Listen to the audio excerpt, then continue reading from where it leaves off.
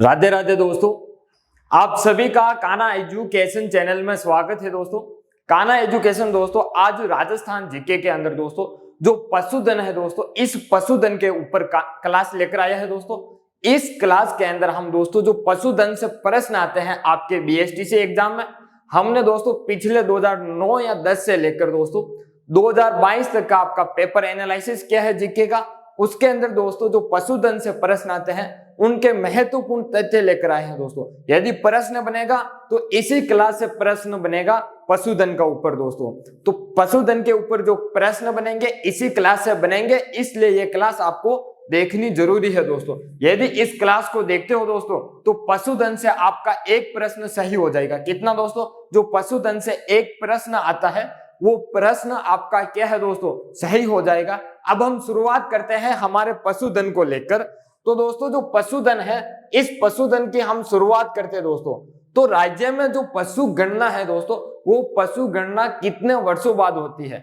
राज्य के अंदर दोस्तों जो पशु गणना है वो पशु गणना दोस्तों 5 वर्ष बाद होती है, यानी कि हर 5 वर्ष में एक बार पशु गणना होती है। और जो जनगणना होती है दोस्तों वो जनगणना हर 10 वर्ष बाद होती है, यानी कि 10 वर्ष बाद तो अपनी जनगणना होती है। और जो पशु गणना होती है दोस्तों वो हर 5 वर्ष बाद होती है। और जो पशु गणना दोस्तों ये पशु गणना राजस्व मंडल अजमेर करवाता है। कौन करवाता है दोस्तों? राजस्व मंडल अजमेर पशु गणना करवाता है। ठीक है दोस्तों, पहला तथ्य यह हुआ कंप्लीट। अगला तथ्य यह है कि 20वीं पशु गणना अक्टूबर 2018 में हुई थी। कब हुई थी दोस्तों? जो 20वीं पशु गणना है वो अक्टूबर 2018 के अंदर हुई। कितनी दोस्तों? 2018 के अंदर 20वीं पशु गणना हुई थी। ठीक है, अगली हम बात करें दोस्तों तो जो सर्वाधिक पशु घनत्व है दोस्तों, यह जो सर्वाधिक पशु घनत्व है दोस्तों यह सर्वाधिक पशु घनत्व दौसा व राजसमंद में है। कहाँ है दोस्तों? सर्वाधिक पशु घनत्व की बात करें दोस्तों तो ये दौसा और राजसमंद के अंदर है। वो कितना है दोस्तों? 292 है। कितना है दोस्तों पशु घनत्व? 292 है, 292 है। ठीक है दोस्तों, 292 है पशु घनत्व सर्वाधिक दौसा व राजसमंद का। अब हम बात करते हैं जो न्यूनतम पशु घनत्व है दोस्तों, यह न्यूनतम पशु घनत्व दोस्तों जैसलमेर के अंदर है। कहाँ है दोस्तों न्यूनतम पशु घनत्व? तो यह जैसलमेर के अंदर है दोस्तों।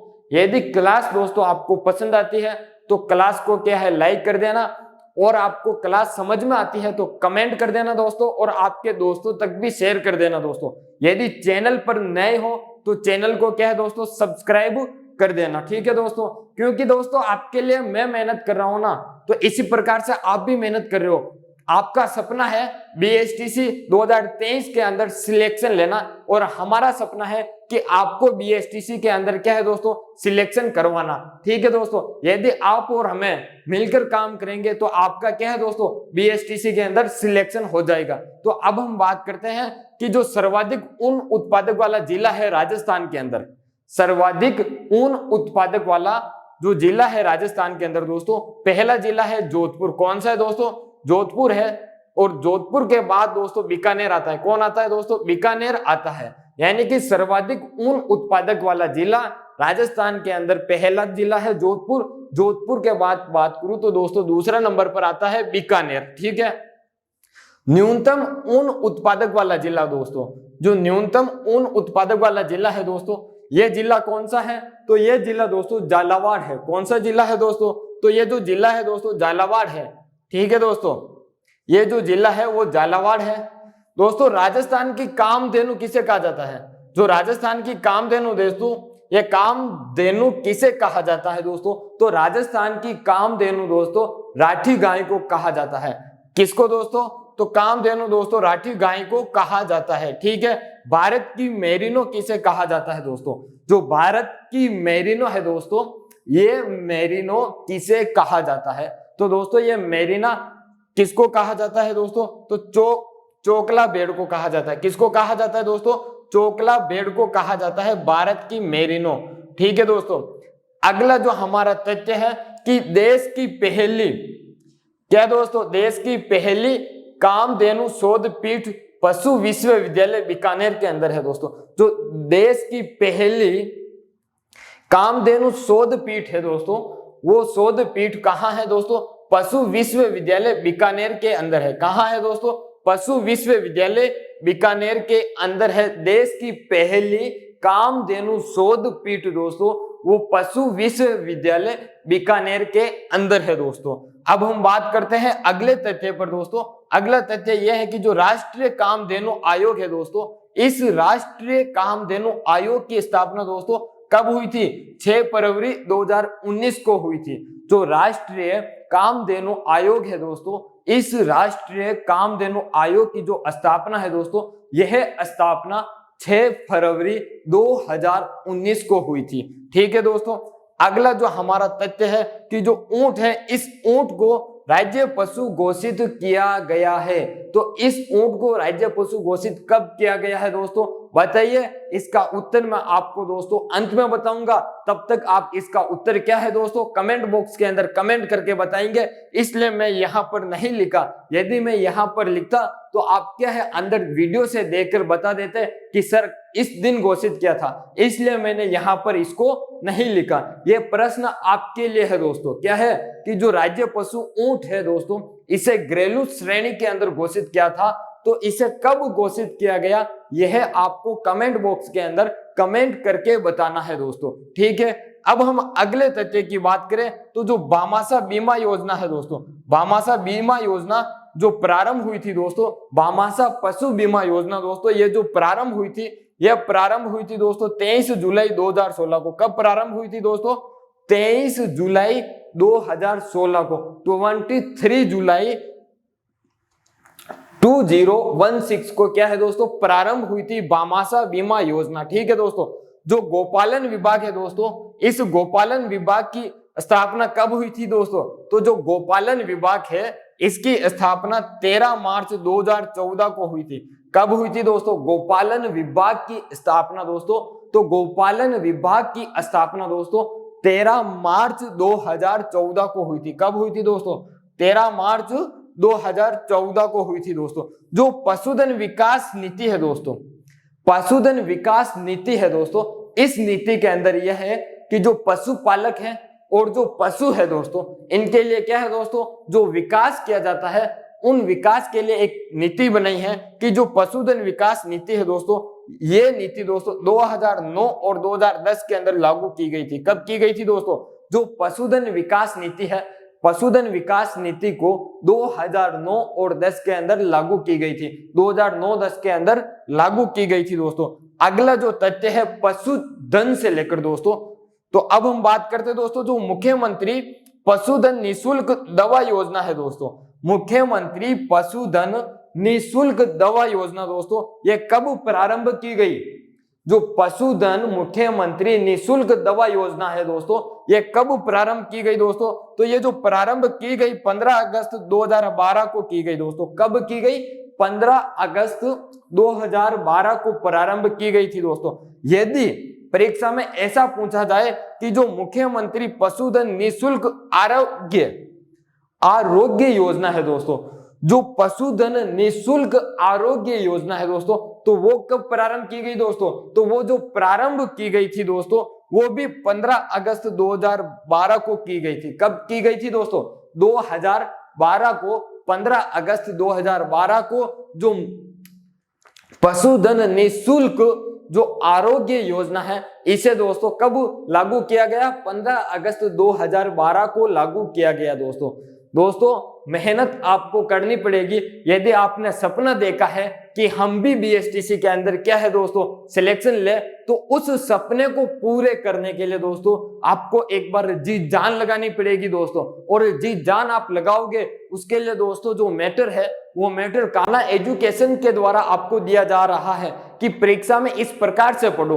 पूरी रामायण पढ़ने से कोई फायदा नहीं है दोस्तों कि आपने किताबों को रट मारा। दोस्तों रटना जरूरी है, ऐसे तथ्य होते हैं उनको रटना पड़ता है, लेकिन ऐसा नहीं है कि सारे तथ्यों को रट ले। जो परीक्षा में आने लायक होते हैं या पहले परीक्षा में पूछे गए हैं, उन तथ्यों को देखना पड़ता है। आप इस क्लास को देखें जो पशु गणना है, जो पशुधन क्लास है दोस्तों, हमने पशुधन पर जो क्लास बनाई है, इस क्लास को एक बार देखें। और इससे संबंधित कुछ प्रश्न हल कीजिए दोस्तों। जो पुराने पेपर में बीएसटीसी के जितने भी पेपर है दोस्तों, उन प्रश्नों को हल कीजिए आपको अनुमान लग जाएगा कि हमने जो ये क्लास बनाई है वो वास्तव में उसके ऊपर ही है। ऐसा नहीं है कि पुराने परीक्षा में जो तथ्य पूछे गए उन्हीं को यहाँ पर लिख दिया, नहीं दोस्तों, हमने क्या है बहुत कुछ पढ़ा है, उसके बाद यहाँ पर लिखा है दोस्तों, ताकि आपको कम समय में ज्यादा मैटर मिले, लेकिन वो मैटर भी क्या हो, शॉर्टकट हो और शॉर्ट हो और अच्छा मैटर हो, जो आपको परीक्षा में क्या है दोस्तों, दूसरे लोगों से ऊपर पहुंचा दे। ठीक है दोस्तों, तो अब हम बात करते हैं दोस्तों, जो दुग्ध उत्पादन बढ़ाने हेतु जो कार्यक्रम प्रारंभ किया गया था दोस्तों, वो कार्यक्रम 1970 में प्रारंभ किया गया था। कब किया गया था दोस्तों? जो दुग्ध उत्पादन है दोस्तों, इस दुग्ध उत्पादन को बढ़ाने के लिए दोस्तों एक कार्यक्रम चलाया गया था। वो कार्यक्रम 1970 के अंदर चलाया गया था। कब चलाया गया था दोस्तों? 1970 में चलाया गया था। और 1970 के अंदर जो कार्यक्रम चलाया गया था दोस्तों, वो कार्यक्रम था ऑपरेशन फ्लड कार्यक्रम। कौन सा दोस्तों? ऑपरेशन फ्लड कार्यक्रम चलाया गया था। दुग्ध उत्पादन की मात्रा बढ़ाने हेतु 1970 में ऑपरेशन फ्लड कार्यक्रम चलाया गया था दोस्तों। अगला जो हमारा तथ्य है वो तथ्य यह है कि राज्य का एकमात्र दुग्ध विज्ञान, जो राज्य का एकमात्र दुग्ध विज्ञान है एवं जो टेक्नोलॉजी है दोस्तों, यह टेक्नोलॉजी महाविद्यालय कहाँ है? राज्य का एकमात्र दुग्ध विज्ञान एवं टेक्नोलॉजी महाविद्यालय कहां पर स्थापित है दोस्तों? तो यह है उदयपुर के अंदर। कहां स्थापित है दोस्तों? उदयपुर के अंदर स्थित है। कौन सा दोस्तों? राज्य का एकमात्र दुग्ध उत्पादन, साथ ही साथ दोस्तों क्या है, राज्य का एकमात्र दुग्ध विज्ञान एवं टेक्नोलॉजी, जो राज्य का दोस्तों दुग्ध विज्ञान एवं टेक्नोलॉजी जो महाविद्यालय है दोस्तों, वो महाविद्यालय उदयपुर के अंदर स्थित है दोस्तों। अब हम बात करते हैं दोस्तों, जो पशुधन से संबंधित कुछ अनुसंधान केंद्र है। कौन है दोस्तों? पशुधन से संबंधित कुछ अनुसंधान केंद्र है, इनके बारे में हम बात करते हैं दोस्तों। तो ये जो पशु अनुसंधान केंद्र है दोस्तों, ये पशु अनुसंधान केंद्र दोस्तों वल्लभ नगर उदयपुर में है। कहाँ है दोस्तों? वल्लभ नगर उदयपुर के अंदर स्थित है। पशु अनुसंधान केंद्र कहाँ स्थित है दोस्तों? वल्लभ नगर उदयपुर के अंदर स्थित है। दूसरा जो हमारा अनुसंधान केंद्र है वो केंद्र यह है कि केंद्रीय पशु प्रजनन केंद्र, जो केंद्रीय पशु प्रजनन केंद्र है दोस्तों, यह केंद्रीय पशु प्रजनन केंद्र सूरतगढ़ गंगानगर के अंदर स्थित है। कहाँ है दोस्तों? केंद्रीय पशु प्रजनन केंद्र दोस्तों, जो केंद्रीय पशु प्रजनन केंद्र है दोस्तों, यह है पशु केंद्र दोस्तों सूरतगढ़ श्री गंगानगर के अंदर स्थित है दोस्तों। अगला जो अनुसंधान केंद्र है दोस्तों, यह केंद्र कौन सा है?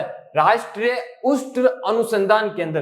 कौन सा है दोस्तों? राष्ट्रीय उष्ण अनुसंधान केंद्र दोस्तों, यह केंद्र जोहड़बीड़ बीकानेर के अंदर स्थित है। कहाँ स्थित है दोस्तों?